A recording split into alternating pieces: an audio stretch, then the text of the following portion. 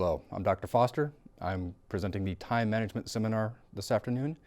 Perhaps the first thing we should address is why am I the one talking about time management? And all I can say to that is I got through a PhD and an undergrad and a master's, not by being the smartest, but by managing my time and taking a beating and surviving to get to the other end. So a few time management musts. Number one, go to every class, which sounds like an odd time management issue. But when you're in class, you're absorbing the material from the professor, and it's much more efficient to try to learn that material in the lecture than to learn it on your own outside of class. If that was the method that taught students the best, we wouldn't hold lectures in the first place. Schedule time to work on an assignment as soon as it is assigned, because life happens to everybody. There are emergencies, there are events, other things come up.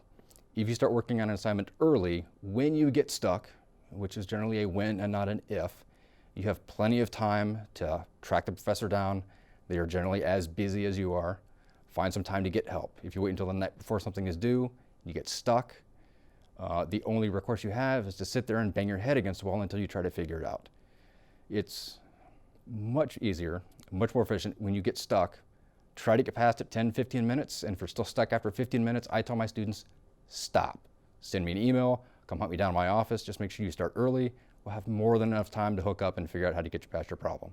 Study for 1 to 1.5 hour blocks at a time. I told you folks study everything.